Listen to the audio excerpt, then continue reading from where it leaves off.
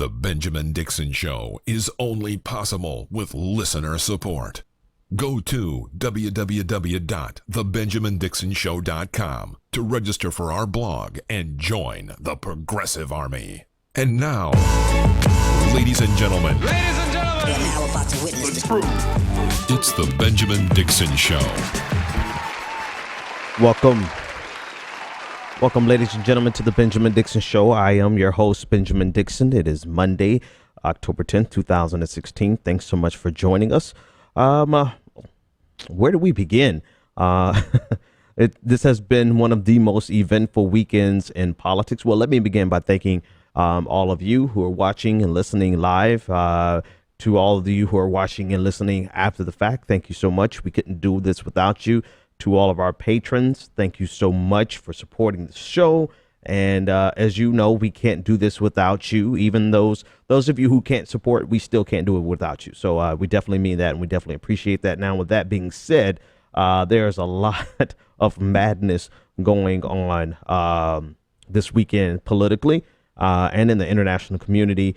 But before I move too quickly, I wanted to thank Gary C. Thank you so much for becoming our latest patron. We can't do it without you, man. All right. So maybe I should just go in order of what's lined up on the show title, because it is well, actually, I want to get you in on the conversations. We fixed our phone lines, 857-600-0518, if you want to join the conversation. So if I start on Friday, then I have to talk about Hillary Clinton's the WikiLeaks, Hillary Clinton's speeches and the Pedersen emails, and then I have to talk about Donald Trump. And I don't know. So they say it a lot. You know, apparently it's acceptable to say on on cable television. Yeah, I'm not quite sure if I'm going to say it on this show. I know I say a lot of stuff. I just don't think. I don't know. What do you call it?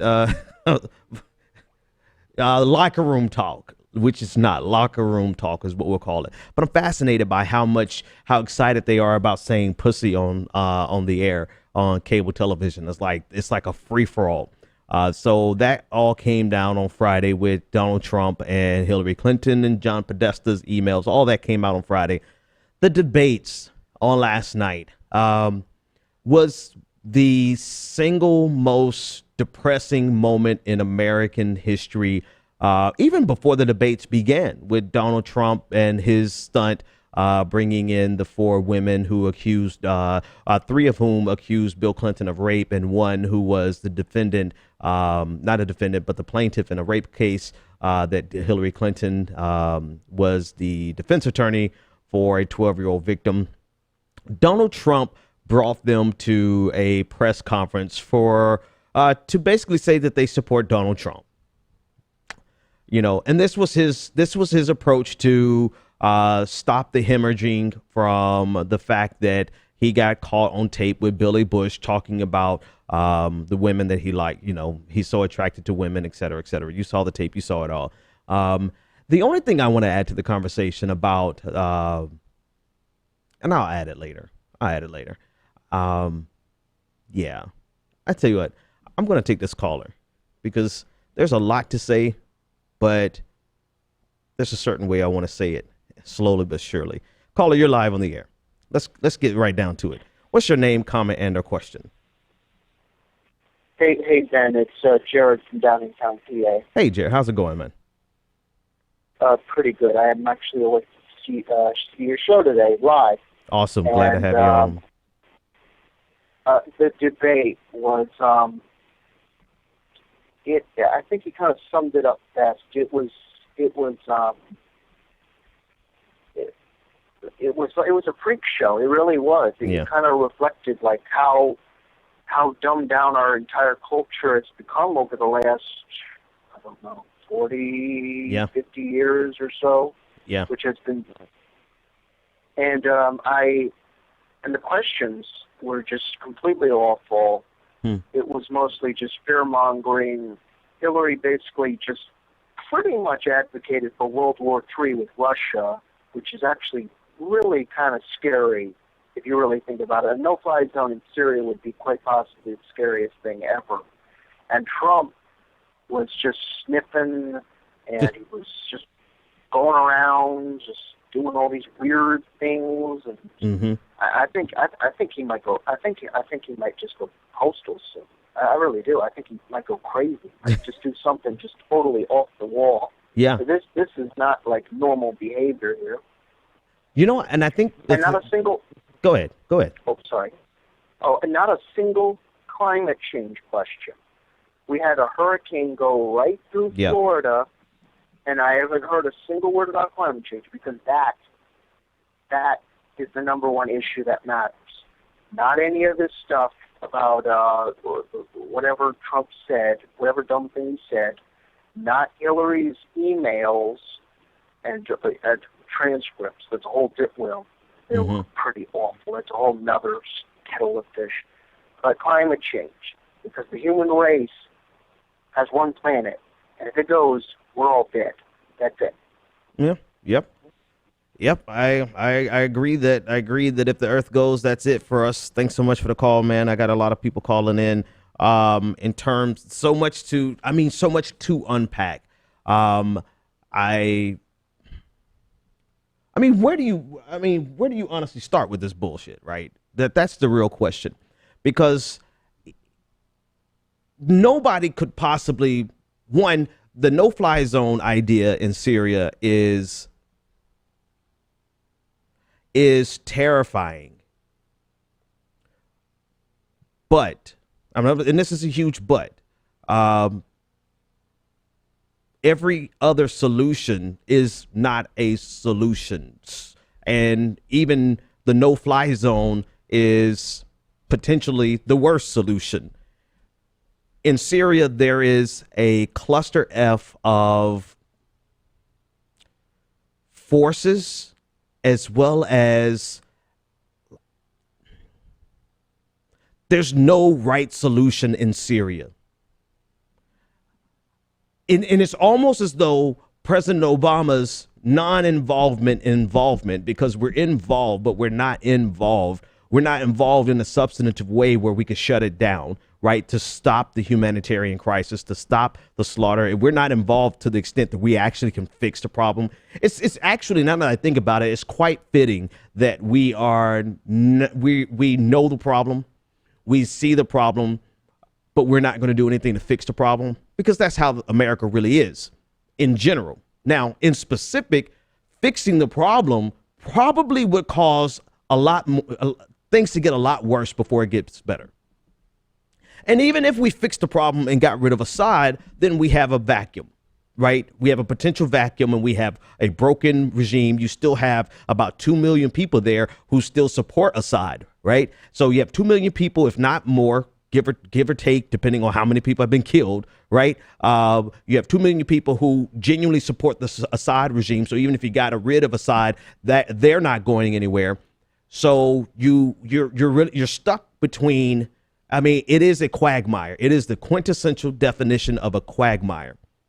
So that being said, the no-fly solution, the no-fly zone, and really, if you listen to Mike Pence, as well as Tim Kaine, as well as Hillary Clinton, they're proposing the same thing, right? One calls it a safe zone. The other calls it a some other type of zone. And then Hillary Clinton calls it a no-fly zone, because you don't have safe zones without instituting a no-fly zone, right?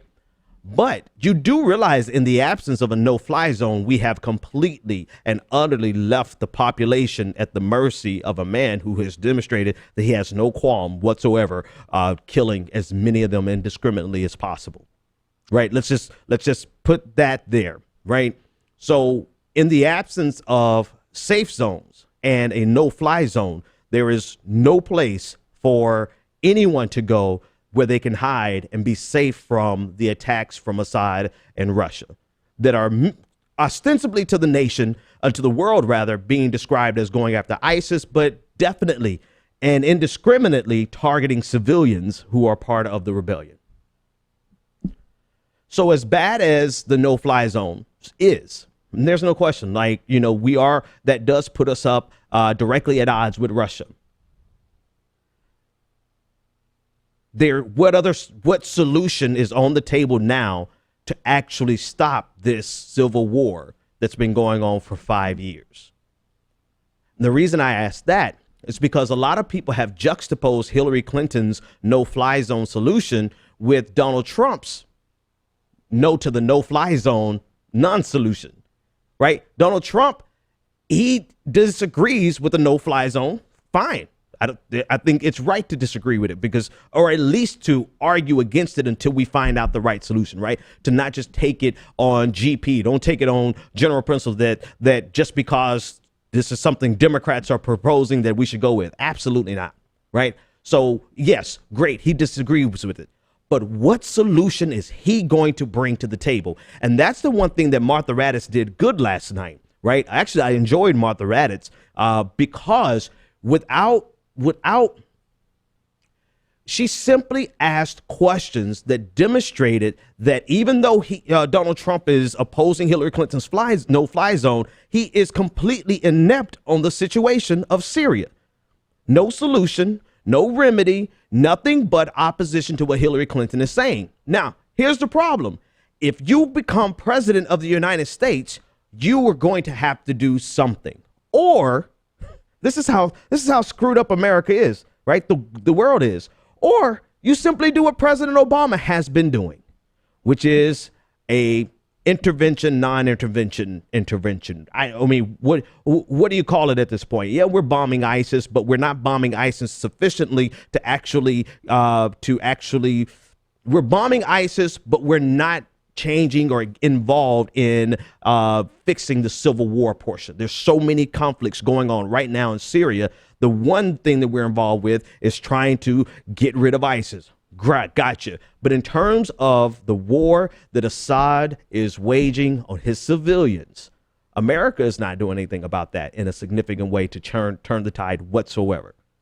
So you're either going to do what we're currently doing, which is we're going after ISIS. We're bombing the hell out of ISIS, right? Contrary to Republican belief. We're bombing the hell out of ISIS. We're either going to keep doing that and do nothing on the civil war portion, or we're going to do Hillary Clinton's plan, which is to provide safe zones vis-a-vis no-fly zone, which is going to cost thousands upon thousands of lives. I'm saying Saudi and Yemen at this point. So, no, of Syrian lives, right? It's going to cost thousands of Syrian lives to institute, but those lives are going to be destroyed because of the civil war and the potential of running into Russia in World War III, right? Here's the one thing. Here's the one thing that I think. I said all of that previously to say this. There is really, realistically, there is no good solution in Syria. There's not.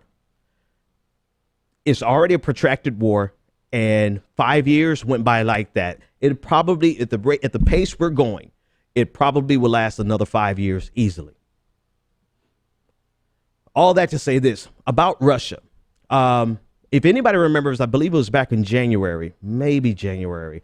It didn't seem to be that cold when this happened. So let's say November last year, where Turkey shot down a Russian fighter jet, and an emergency conference of the Security Council was called. Security Council, as well as NATO, right? Was called into session because of the implications, because Vladimir Putin had it within his ability to strike back. Turkey, member of NATO, shot down a Russian fighter jet, and Vladimir Putin could have reacted, but he didn't. He didn't because of the ramifications, which would have been an attack on Turkey, which would have pulled the United States directly into a war with Russia. I said that to say this. We can't allow, we simply can't allow Russia, or the fear of Russia, to dictate all of our steps in the region. If we do that, we may as well pull out of the region. But also, we can't allow them to portray Russia as this as North Korea or as a Donald Trump, which is an irrational actor. Russia is not an irrational actor. They demonstrated restraint in the Turkey shootdown of their fighter jets because they knew the ramifications of it. And so this fear of Russia as being an irrational actor that would allow this to go to World War III is actually it actually goes counter to the fact that Vladimir Putin is a rational actor. Now, if this was a conversation about North Korea, it would be totally different. But I firmly believe that Vladimir Putin is a rational actor who is not going to rush into World War III. And I believe that he's doing everything he can within the scope of what America is allowing. I don't care. Forget all the saber rattling. There's two things that are happening. There's a lot of saber rattling. I don't even know for sure if Hillary Clinton would try a no-fly zone. Right. I think it's partly saber rattling, just like with Vladimir Putin. He does it to garner favor amongst his population. Domestic policy. Hating America is great business for Vladimir Putin, just like hating Russians is great business for Democrats. Apparently, it used to be Republicans. But I said all that to say is that Russia is going to do everything that we give them space to do. And we are either going to engage in this international community or we're not. And if we're not, then that's one thing. But if we are, we have to engage.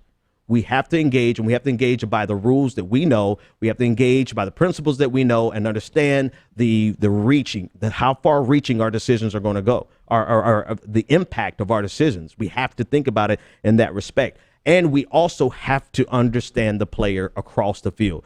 The player across the field with Vladimir Putin is not an irrational actor. And to be fearful of Vladimir Putin from a progressive point of view suggests that he is irrational, which undermines so many other arguments from the progressive point of view, which we try to say to liberals, and we try to say stop making Russia the enemy. Well, if Russia is in Vladimir Putin, if they are irrational, then perhaps we should handle them in a different way than trying to be reasonable with them.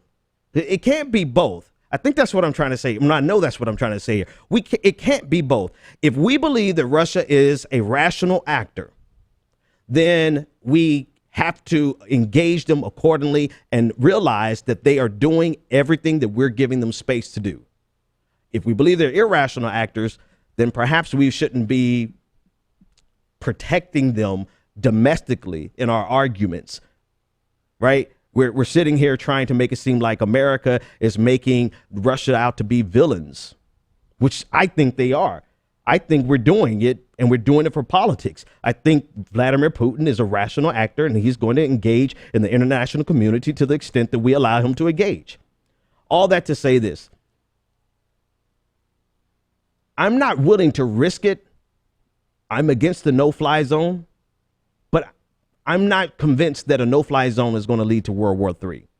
I'm not, because that would demand and require Vladimir Putin to be an irrational actor, because he can't win World War III. That's what the theory tells me. And when I say theory, that's what international relations theory tells me. That's what I believe. However, am I willing to bet that? Nah, not at all. 857-600-0518. All right. So that wasn't even I guess probably should have been the top thing over the weekend, but it wasn't. All right. So let's talk about Hillary Clinton's speeches. Actually, let's grab this caller. Caller, you're live on the air. What's your name, comment, and or question? Hey, Ben, this is Bryce. Yeah, that debate was the worst for me. When I took some looks at it, because I was watching other stuff, but when Trump said, nuclear is exhausted, and I will give economics to people, I just was like, what the hell are you talking about? I was laughing so hard. I just was like, dude. And real quick on your last point about Russia, yeah, you are right about it, because it's like we're playing politics, but all hell hasn't broken loose yet, which is the scary part yet. But then it's like, it's like if it's like a no-win situation, then I don't know if it's going to even break loose, because if we're going to play politics and everybody gets a piece of the pie, and obviously right now with Syria, we're just kind of, pulling out, or we're not doing nothing, which I'm not saying it's a good thing, but I actually slightly agree with Obama in terms of if we're going to do something that's going to make the problem worse, we might as well just not do nothing at all. Just stay out of it, and just hopefully the international community can figure it out. But I mean, it's wild. Dude, I agree with you there, man. Thanks for the call. Listen, and I can't reiterate this enough, right? So we're either going to engage in the international community or we're not. And if we are going to engage in the international community, that doesn't mean we have to follow the current model that we have, right? I'm not drawing that non sequitur there. I'm saying that if we're going to engage in this international community, then the rules that apply there are not necessarily the rules that we like. That's what I'm saying. Because, when we see a international crisis and we see the humanitarian crisis and we see what's happening, we have to ask ourselves, are we going to get involved? And the answer right now in a lot of ways is we've done enough. Let's not get involved. Right. But how long will we sit back and keep allowing Aleppo? How long will we do that? How long do we have the political will to do that? Maybe, obviously 5 years, right? We've been doing it sitting by for 5 years, relatively, sitting by bombing ISIS, but allowing Assad to continue. Now with the support of Russia. But how long are we going to continue to do that? That's going to turn. That's going to change eventually. But once that changes, you do realize that the solution to fixing this is not a pretty solution at all, right? Even if we got rid of Assad, we're talking about undermining the stability. Well, hell, stability doesn't even exist. We're talking about leaving a vacuum that could be potentially filled by someone worse or someone who is detrimental to America. I mean, there is no clean solution, and I guess if I had to drill down to my real agitation at this point is that nothing is clean, man. Nothing is sanitary. Nothing is ideal when you're talking about international relations and war. We're not engaging. It's like there's so many things going on here, and you guys bear with me while I flesh this out. Not engaging only lasts so long. After a while, our political will is we're going to get our political will back, and we're going to look at what's happening and we're going to say, we have to do something about this. Okay. Once we say we have to do something about this, you realize that requires military intervention that will get ugly in some form or fashion. It's either going to get ugly with Russia. It's either going to get ugly with regime change. It's going to get ugly with boots on the ground. It's going to get ugly by instituting a no-fly zone, which is going to lead to the deaths of thousands. Once we get involved, there is no clean, sanitary, quote unquote, progressive solution. Which is why I really wanted to know what Donald Trump's solution was, because it becomes infinitely easy, or it becomes easy to have infinite rebuttals to what's currently being done and what's being proposed, especially when you don't have anything to offer yourself. When you don't put something on the table as a solution, it's easy to attack everyone else's and not have anyone attack your solution. Donald Trump did not put anything on the table of substance last night. There was an actual solution for people to vet. I didn't like what Hillary Clinton put on the table, but again, there is no clean solution to that. So your question you have to ask yourself is, do we want to get involved? Are we ever going to get involved? Because if we do, it's going to be ugly, It's going to be ugly. And on top of that, not only would it be ugly, but there's going to be people who profit off of it and become extremely wealthy by the arms that are involved. I mean, every time we go to war, every time we go, defense contractors get wealthy. So it gets even uglier. Even our humanitarian aid. What's happening in Syria is a perfect quagmire to understand exactly how ugly getting involved globally actually is. But then also looking at it and realizing that this is a 5, almost 6-year civil war now, that 250,000 people are dead, 11 million are displaced, and there's no end in sight. Caller, you're live on the air. What's on your mind and what's your name? I'm on? Yep, this is you. You're live, man. What's your name in your comment or question? Oh, okay. My name is Barry from Sacramento, California. I've been listening to this, and I'm trying to remember back to video games that we all played on our Xbox and PlayStations. We already trained our generation that the Russians are bad guys. Mm-hmm. I mean, I don't know how many video games we played that Russians were the bad guys. We already put it on our television. Look at Russia. Mm-hmm. We already demonetized Russia as much as we possible. So you have to think of the generations that already grew up with these games, that we already meant to fight Russia. If we had fought Russia, it wouldn't be out of character. And it's like there's this one movie I was just trying to think of when we were on hold. It's like the government's making these video games and training us after war, yeah, how to fight. And so when we think of it, when we think of war, it comes natural. We look at these videos, it comes natural. We have these hates. I'm in college and hearing these, I'm in college and hearing all these classmates that brothers or sisters in the military. It's like, have you looked at what's going on TV? Have you looked at that? This is not pretty.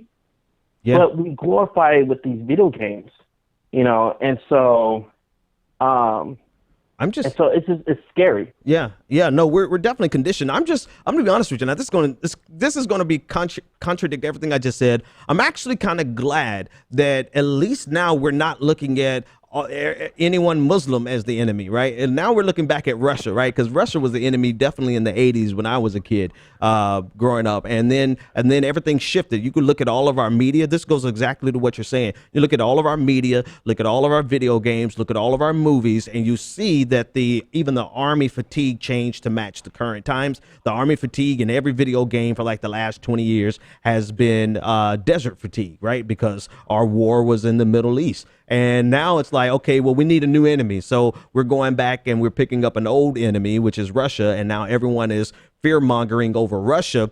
And the only thing I'm trying to point out to us as people who actually think about these things is that if Russia is a rational actor, then we can't automatically assume that making a strategic move would lead to World War III, because they're rational actors and they know they can't win that war. However, if they're irrational actors, then maybe we should not even be defending them on any given day of the week. And maybe we should look at them as the enemy, because irrational actors, Kim Jong-un, North Korea, that's an irrational actor. And anyone who's trying to coddle anything about North Korea is sadly mistaken, because of the way he's playing his role in the international community, which is, in my opinion, an intentional irrational actor. He's not just a buffoon, he's an intentional buffoon. But to your point, man, thanks for the call. 857-600-0518. A little bit more on international news. Maybe we'll stay here because I don't know that I feel like talking about the debate, because it was so disgusting. But what you noticed, if you notice what was missing from the debate last night, there was no question about America's involvement with Saudi Arabia and the war they're waging on Yemen. None. We talked about the concerns of Aleppo. We talked about the humanitarian crisis, but zero questions whatsoever about what's happening in Yemen. And more importantly, not just what's happening in Yemen, but America's involvement in war crimes. Today, the UN Secretary General has called into question, he called for an investigation into the bombing over the weekend of a Yemen funeral by Saudi Arabia using American logistics that killed, I believe, 140 people at a funeral. I mean, and I'm pulling some pictures up on my screen here, and I'll put some up on your main screen so that you can take a look at the type of damage that is being wrought with the help of the United States by Saudi Arabia. And, you know, this is something that doesn't even cross our national conversation enough to be mentioned at our presidential debates.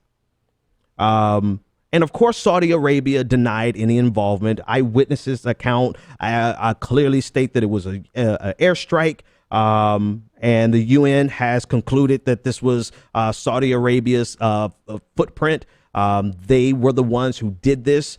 And the question is, to what extent was America involved? What logistics did we offer? What technologies did we offer them to carry this out? Not just this one specific bombing, but their entire campaign in the region. So there's zero sympathy whatsoever for a nation that is being ravaged by our ally. Just like there's zero sympathy whatsoever for the humanitarian crisis that's existing inside of the borders of our quote unquote ally.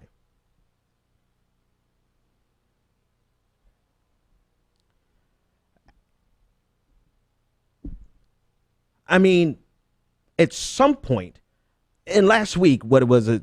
John Kerry called for war crimes investigation in Syria of Russia and Syria for the crimes in Aleppo. Okay, that's fair game, right? But now, because we won't repudiate and disengage from our quote unquote ally, we're allowing our quote unquote ally to drag us into the exact same type of war crimes.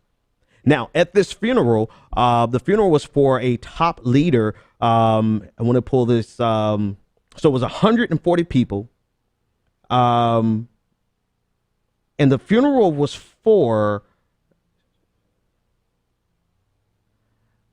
a top leader, and they didn't. I thought they listed his name, but they don't. Right. So there was for a top leader in the Houthi rebel movement. So at that funeral was a litany of leadership from the rebellion.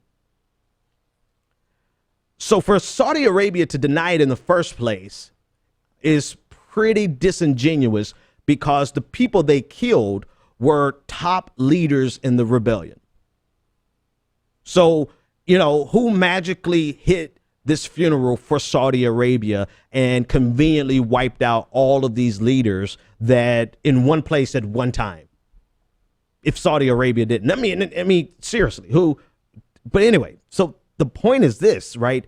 America's involvement in this conflict directly, especially with this example, directly puts us in the same category as Russia's involvement in Syria. It's just simply a question of who we view as our ally and who is not our ally. That's it.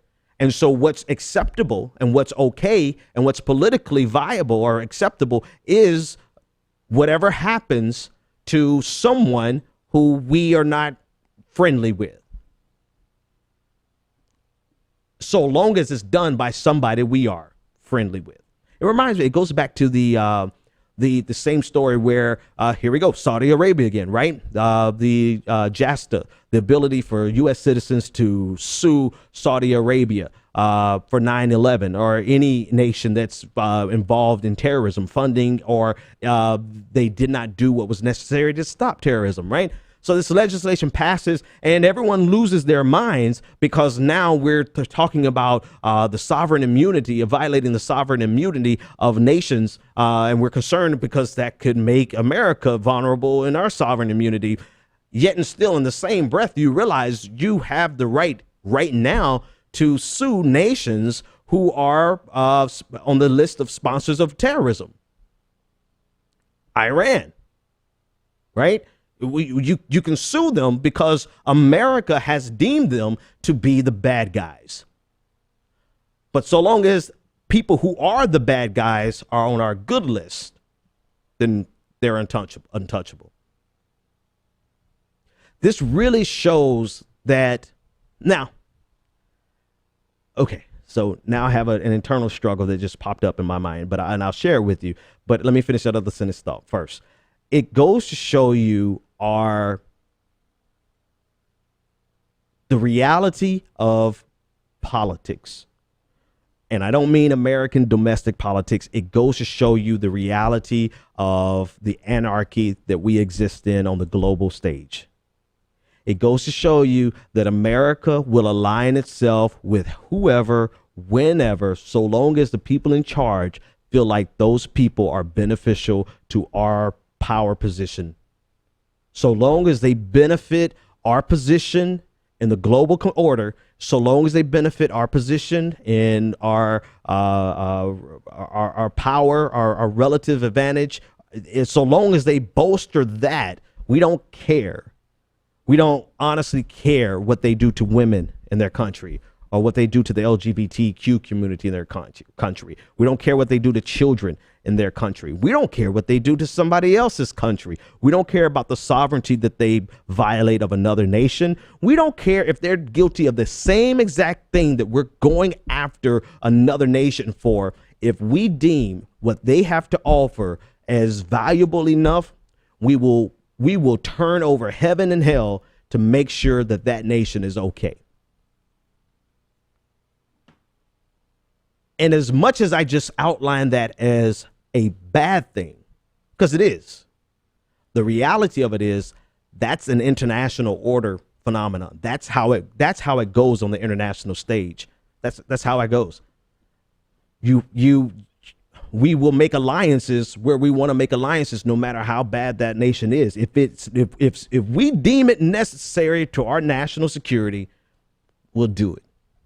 And we've demonstrated that throughout history. We will make bedfellows with the most repugnant nations to the point where we are indistinguishable, right? We say America's good and all that kind of stuff. Yeah. America's only good when we feel like it's in our best interest to be good. America's only great when we feel like it's in our best interest to be great. If we need to commit war crimes to protect what we think, and when I say we, the people in charge, what they believe is our best interest on this global stage, you better believe we'll do it, because we're doing it right now with Saudi Arabia and Yemen.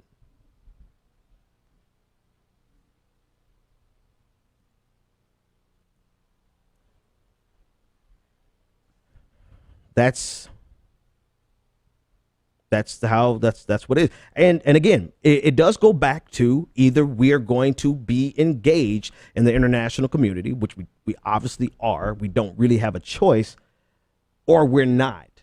Because as soon as we get engaged on that international stage, it becomes a shit show. I don't have the words for it, but it becomes, here's the thing, and this is a question I'll pose to you, because I think you, just from the amount of labor it's taken for me to even discuss this, I think you understand where I'm coming from. I want to know where you're coming from. Do you think that there is a moral, I don't care how you define moral, religious or otherwise, I don't care. You're just whatever. Is there a moral and noble method of engaging on the international stage? Do you believe that will protect our borders? Because everything that we do, somebody is going to draw it back to a national interest, that this is why we must maintain this alliance that makes no moral sense, makes no sense in terms of who America thinks we are. It makes no sense for us to maintain this relationship with a nation like Saudi Arabia. But our national interest. So do you think, and not only do you think, don't just say yes, but describe how in the comment section. I want you to describe how How do you propose we engage in this global anarchy in a way that you feel is consistent with your progressive values? And this is a question that I actually asked of Jill Stein, right? Because we go underneath this assumption that just because people say things that are good, they're going to be able to accomplish things that are good. And I've yet to see her answer this. I want to know, how are you going to engage in this current global order, or actually the lack thereof, without carrying yourself in the same manner as President Obama, who espoused the same exact ideas that she has in many ways, give or take a few things, right? I want to know, if you're going to drone, if you're not going to drone ever, then what's your solution for the regions that we're using droning to suppress terrorist organizations, or to suppress whoever we decide we need to suppress, right? I'm not going to sugarcoat it and make it seem that what we're doing is noble. However, I don't think we should sugarcoat it and make it seem like what we're doing is completely and unnecessary and we can just 100% withdraw. And a lot of people can't answer that. They can tell you what's wrong, but they can't tell you how to fix it with their progressive solutions. So don't tell me what's wrong, right? We all know what's wrong. Tell me how we fix it and maintain your sense of more progressive morals, or whatever you want to call it. Even if you don't want to use the word, I don't care what you call it, your sense of values. How do you fix all of these different problems while not losing your soul to the same thing that ate President Obama's soul? Because surely he went in with best of intentions, and he's coming out just as muddied as anyone else who's ever held that office. That's what I want to know. All right, let's talk a little bit about Hillary Clinton's speeches. We'll give it to you. Let's talk about it. So Hillary Clinton, the WikiLeaks. I'm a contrarian, so let me just start with the negative first, right? WikiLeaks puts out this leak, the Podesta emails and speeches from Hillary Clinton's Wall Street speeches. And I'm just going to be honest with you. It was not the earth-shattering, groundbreaking revelations, one, that they built up to, two, that everyone's trying to make it. It's not. It simply confirms everything that we have known about Hillary Clinton and the DNC and the liberal media and all those that are involved. It confirmed everything. It confirmed her speeches, the clips from her, the segments of her speeches confirmed that we knew she was in bed with fracking. She was all on board for fracking. We knew that she was on board for the Keystone. We knew that she was duplicitous. We knew that she had a persona privately and that she had a persona publicly. We knew that we couldn't trust her on some of these key issues. I didn't know that she was in favor of the Canadian style single payer health care. I'll tell you, I didn't really expect to see that in a speech that she gave to Wall Street. Right. OK, that was a surprise. But there was nothing in there that was like, you know, people are trying to make this out to be like this is a game changer. And really, that's what I don't know what you were waiting on. I was waiting on a game changer. I've been waiting on a game changer from WikiLeaks since Bernie Sanders was in the primary still. And the one thing that could have been a game changer, the first set of DNC leaks, I believe it was Guccifer with, and so many of them at this point, I could be wrong, so fact check me. But the emails showing showing the collusion between the DNC and Hillary Clinton's campaign, that could have been a game changer if it had come a little earlier, but it didn't. So it was kind of like just a confirmation of what we already knew. We had been telling the world that this was going on, and they gave us confirmation. But in terms of changing the trajectory of this race, nothing that they've delivered to us has been able to change the trajectory of the race. Does it confirm who Hillary Clinton is? Yeah, it does. Absolutely. But who's surprised? Who amongst us is surprised whatsoever that Hillary Clinton thinks that Wall Street banks are best for legislating Wall Street reform? Who's actually surprised by that? Now, this isn't to say that it should be downplayed. This is to say that we shouldn't overplay this and draw a sense of disappointment when other people don't respond to it the way that we do. Right? That's just me that's me. I've been trained to not get my hopes up because America is so broken. America's been broken for black people for a long time. So disappointments don't really disappoint me anymore. I understand how to set proper expectations. And once I read these emails on Friday, I'm like, this is nothing for anyone to get excited about because there's nothing that's going to happen as a result of this. Now, to the extent that that the media has not run headlong with this and cover this at great length, I think that's a product of the media machine being an extension of the duopoly. I'll give you that. It's also a product of Donald Trump doing everything he possibly can to make sure Hillary Clinton never has a bad news day. I mean, for the love of God, Donald Trump has ensured that every step of the way where there could be a bad news day for Hillary Clinton, he has every step of the way found a way to one up her. I mean, and brilliantly so. Like, he doesn't just, when he one ups Hillary with bad news, he does it bigly. I mean, and now here's the difference. Donald Trump's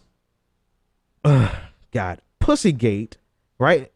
Donald Trump's thing on the bus, right? Did we know that he's probably a misogynistic pig? Yeah. Is anybody surprised about that? No.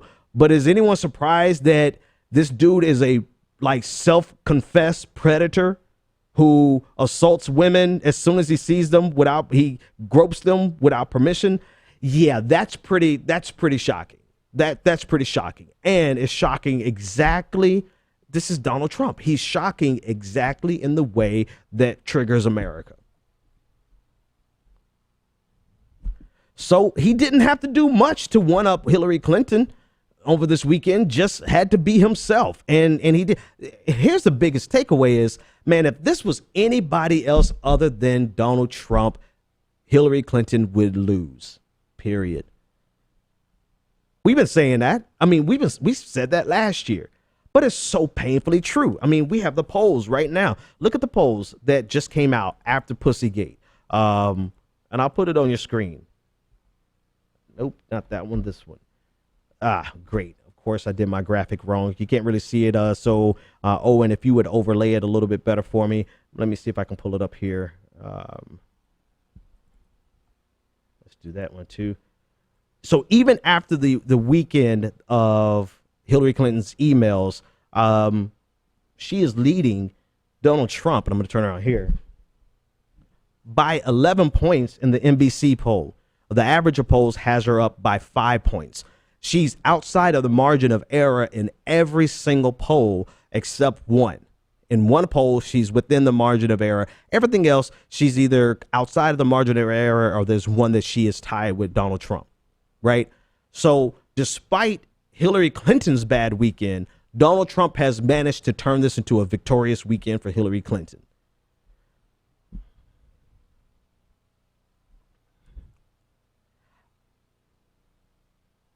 I don't know what you do with this, right? I think he actually does want to be president.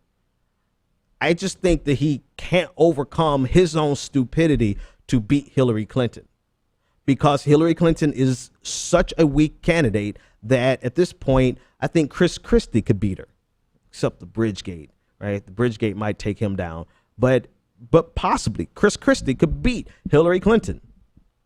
And I know a lot of people are saying, well, he's in this. A lot of people say that Donald Trump is in this to help Hillary Clinton. Here's the thing. I don't know about that. And I'll tell you why. That stunt that he pulled last night with Paula Jones and the rest of the women that he previously called ugly and losers, like back in 98 when the entire thing was going down with Bill Clinton, he called them ugly and losers and didn't believe them. But the stunt that he pulled with them last night, that was personal. That wasn't I'm just doing this so I can quietly help you win, Hillary. That was, I hate you and I hate your husband and I hate your children and I want to put you in jail. I want to destroy you because I don't like you and I hate you at this point. That was personal. You don't do that to somebody that you are in collusion with. That was deeply personal. So I don't buy into this idea that Donald Trump is in this campaign to help Hillary Clinton win. I buy into this idea that Donald Trump is in this campaign for his ego. And because he's in it for his ego, everything he does manages to help Hillary Clinton. Now, maybe they realized that's who Donald Trump was and they encouraged him to get into the race and they just assumed that he would implode. Maybe that. But I don't think that they colluded with him, say, hey, Donald, let's get you in the race so that we can win. Nah, I think they said, hey, Donald, why don't you run for president? You should really do that, knowing full and damn well that Donald Trump would get on stage high. Because I don't care what nobody said. Donald Trump was, when have you ever seen Donald Trump sniff like that? I haven't. I've seen a lot of, so many clips of Donald Trump that I get sick to my stomach. Dude was so high last night. He had to. I'm sorry. I don't see how he exhibits that type of dramatic personality shift. They knew Donald Trump would get out there and implode, and Hillary Clinton is winning as a result, despite all of the negatives on Hillary Clinton. Somebody said this today, and I agree. I think Hillary Clinton is. So this is what it's going to look like. Let's project out the next couple of years. Hillary Clinton's going to win the White House, right? Hillary Clinton's going to beat Donald Trump. And that's a good thing, in my opinion, because Donald Trump is feckless. He doesn't understand any policy. He doesn't even understand the difference between Iraq and Aleppo and Syria. Listen to his answers last night. Donald Trump is feckless. Donald Trump should never be in the White House. Hillary Clinton's going to win. 2020, there's going to be a progressive challenge to Hillary Clinton. Whether that challenge actually wins, if that challenge actually wins, that challenge could take the White House for a progressive party in 2020. If it doesn't win and Hillary Clinton is the nominee, she's going to lose to a Republican. That's what your next couple of years looks like. So 2020, Hillary Clinton, I think Hillary Clinton is a one-term president. On top of everything else that she's dealing with, I think she can't survive. It's going to be Jimmy Carter and Ted Kennedy again. That's what we're headed to with Hillary Clinton. So 2020 is potentially a year for a progressive, and I guarantee you they're already planning it. They're already strategizing for it because they know full and well somebody's going to challenge her from the left in a substantive, meaningful way. Whether they win or not, that remains to be seen. But either way it goes, it's a hit on Hillary Clinton because she can't survive it. She is the Republican. Now, here's the last thing, and I'm just thinking out loud with you at this point. Here's the last thing, and I'll make sure I cover all my stories. Syrian apprehended. Okay, no, there's a couple of good stories in here I'm going to cover before we go. Donald Trump has done something to the Republican Party that nobody could have done. Donald Trump has so fractured the Republican Party that if he won, there's no such thing as a Republican Party anymore. If Donald Trump wins the presidency, there's what you know to be the Republican Party, it does cease to exist. You will have some skeleton structure like Reince Priebus and a couple of maybe Paul Ryan, who sticks around for a little bit, but Paul Ryan would quickly resign very shortly after the first session of Congress. But Donald Trump would completely, and even with him losing, he takes down all of them. He takes them down. There's so much fractured. They're so fractured that I don't know how they recover from this. And this is the reason I say this. It's not that the party can't recalibrate and try to get back in power after a Donald Trump, but it's the fact that like 40% of Republican voters are solidly a Donald Trump styled thinker. They are not going anywhere. Donald Trump can cease to exist. Donald Trump can go on vacation the rest of his life and we never see him again. Those voters will remain. So no matter how good Paul Ryan and the rest of them try to reorganize the Republican Party, those base voters don't want anything to do with them, even more so now after they abandoned Donald Trump because of the video, the Access Hollywood video. So now it is a civil war actually happening within the Republican Party right now. And they are divided in two. And I just don't see how they recover from this, because who can they run that will unify those two branches in the 2020 election? I don't see anybody that they can run. Maybe there's somebody in the ranks that we don't know of that will pop up and be in this amazing conservative that speaks to the Tea Party element as well as the establishment. I don't know, but I don't see them. And I think this is really, Donald Trump has come in and fractured this party in a way that nobody else could have. And so for that, Donald Trump, I say thank you. I mean, that's we owe you a debt of gratitude. Similarly, not similarly. I don't think you can compare what's happening in the Democratic Party to what's happening in the Republican Party. You can't, because Hillary Clinton has the party leaders locked up. I mean, that's how she won the primaries. She had the infrastructure of the DNC completely locked down. And so long as she has that, she's good to go. Right? Because they can keep swinging the primaries for that style of Democrat. So it's not until you're not going to see a fractured Democratic Party. You're not going to see a shift in the Democratic Party where you can get a decent populace. You can get a quality populace instead of this psychopath populist, Donald Trump. You're not going to get a Bernie Sanders in the Democratic Party until enough people do what the Tea Party did.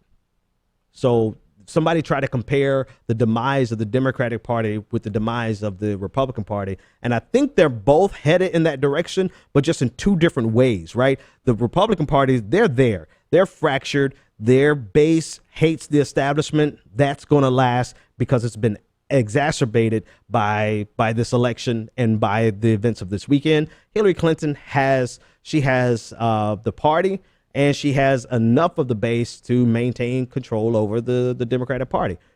So we'll see what happens. But regardless of what happens, I think there's enough progressives who will give Hillary Clinton a primary in 2020, and if not a primary, a third party progressive challenge. All right. Let's take this caller. Caller, you're live on the air. Name, comment, and or question. Ben, it's David. I'll make it quick because I know you have some topics before you end the show. But I just wanted to come in, and you actually ended that right on the perfect, at the perfect point.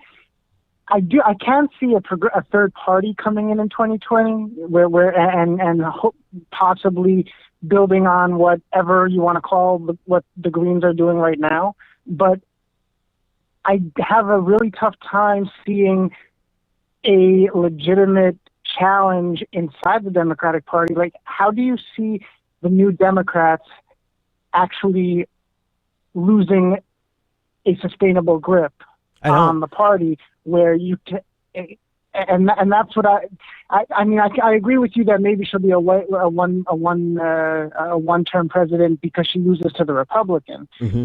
I don't see a legitimate challenge after everything that we've seen now. Well, with let me tell you why. And granted, not enough people have seen the leaks. But let me tell you why. Let me tell you why I don't see it happening through the party, because so many people either left the party or were never really involved with the party in the first place. The way this happened, this did not happen. What happened with the Republican Party has been a process since 2010, 6-year process of the Tea Party taking over every level of the Republican Party. And then they finally got their way and got somebody like they became the plurality in the Republican Party. Right. But they became so by being that precinct captain, that by being the elected official on the school board, that local Tea Party member, having Tea Party caucuses, but they were inside the framework of the Republican Party. And that's why the Republican Party is fractured from the inside. The Democratic Party is not fractured from the inside because you don't have, and you really haven't had on a national level, a movement like the Tea Party within the Democratic Party. So, and now this election has just done more to push everyone outside of the Democratic Party. Now the question is, have enough gone over to the Green Party to actually mount a real third party challenge in 2020? We'll see what the polls. All right, let's see what the actual numbers pan out to be. But there was another poll that I have, and Owen, if you want to pull it up on the screen here, there's another poll in there that shows that Jill Stein, even after Dem exit, is still only at like 2%, 3% nationally in a four-way race with Hillary Clinton. With Hillary Clinton, Gary Johnson, and Gary Johnson is performing way better. So the question is, where is all that energy? You know what? To be honest with you, the progressive movement got so fractured after the primaries. You had some go to Donald Trump, you had some go to Hillary Clinton, you had some remain in the Democratic Party, and you had some go over to the Green Party. So it just fractured. And that's exactly the problem that I see happening, is that I don't see us coalescing to give a challenge, especially now within the party, with the type of grip that the Clintons and their entourage have on the party. They've had it for forever now, but that they've shown just how much of a grip they have on it. I don't see that changing if people are leaving the party, which I wouldn't say not to. I'm just saying I don't see a sustainable challenge. No, I mean it won't follow it, and this is the whole point. Reason I brought it up is because someone tried to compare. This journalist that I know wanted to compare the demise of the Republican Party with the demise of the Democratic Party. I'm like, they're on two totally different frequencies and paths, right? Republicans were destroyed from within. Democrats have just purged.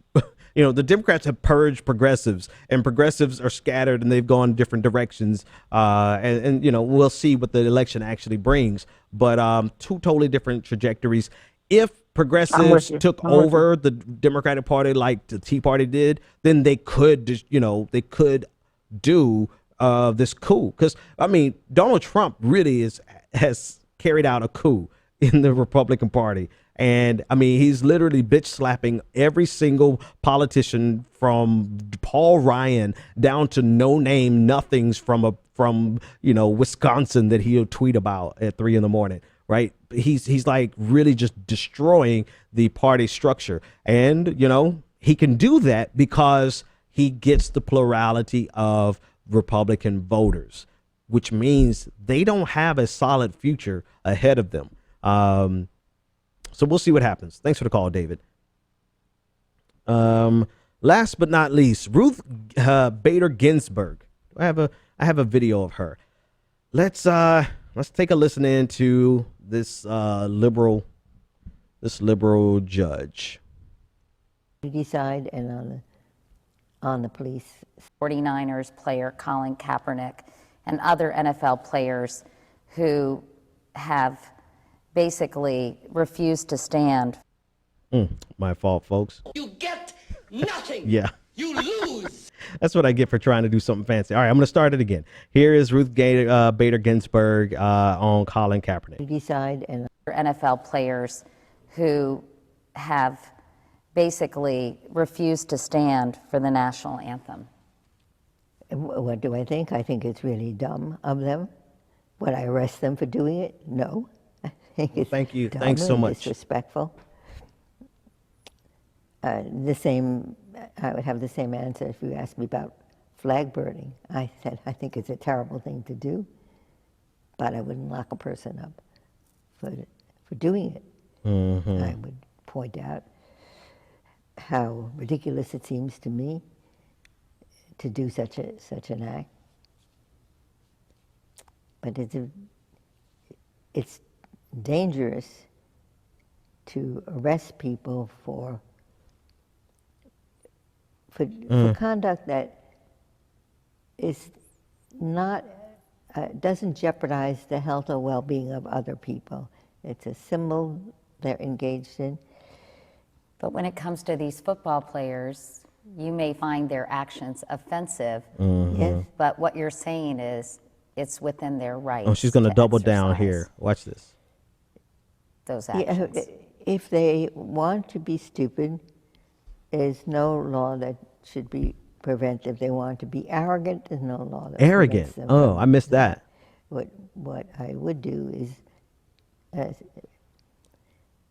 strongly take issue. Okay, with enough of that. All right, the Notorious RGB, right? I don't know who the hell gave her that name. The liberal hero of the court, right? Thinks that Kaepernick and the protesters are stupid and arrogant. And thankfully, she wouldn't issue any law to have them arrested. So, whew, thanks a lot. I mean, I feel so much better now to know that you won't arrest us. That makes everything better. The fact that you wouldn't pass a law to arrest us makes the fact that you think we're arrogant and stupid that much better. Thanks, Ginsburg. We appreciate it. This just goes to show you that you should have zero expectation that people who espouse, quote unquote, the same political ideology as you understand your plight, right? For her, it's no, actually, let me start. It's no surprise to me whatsoever that a person whose entire life has been built on American institutions would think that people who are challenging the very fundamental premise of those institutions and the implicit biases that these institutions represent, it doesn't surprise me that they are repulsed by our protest. Because Ruth, her entire career has been she's been the beneficiary of American institutions her entire career. America's worked out great for her. So of course it doesn't make any sense to her for a person to protest America, because why would they? It's worked out pretty good for her, right? Why would someone burn a flag? Because, America hasn't been bad to her. And yes, this is her First Amendment. She is expressing her First Amendment right to disagree with Colin Kaepernick's First Amendment right. But that doesn't make the two statements equal, right? Her not understanding. This is the same thing that Tim Kaine said, right? He doesn't get it. He doesn't agree with it. He doesn't understand it, but we respect their right to do it. She says, I think they're arrogant. I think they're stupid, but I wouldn't arrest them. Yeah. So her expressing that, not agreeing with these protests, yes, that's her right, but that doesn't mean that it is correct, right? The people, the reason, the purpose, and the method of these protests, what more could you possibly ask for? You ask us to protest peacefully, we protest peacefully. You ask us to do, no matter what we do, no matter how we do it, they're going to find a way to disagree with it. And when I say they, it's not just conservatives, it's not just Republicans, it's people who you think are supposed to be your allies in these fights. Am I surprised? Not one bit. Do I think this is a problem that we need to be aware of and be sober about whenever we deal with quote unquote progressives and liberals? You're damn right. We need to pay attention to it and realize some people are just tolerating us. They don't really agree with us. They just tolerate us. I'll talk to you guys next time. The Benjamin Dixon Show is only possible with listener support. Go to www.thebenjamindixonshow.com to register for our blog, join the Progressive Army, and support The Benjamin Dixon Show. It's Ben Dixon! If you like this episode, be sure to share, like, and subscribe.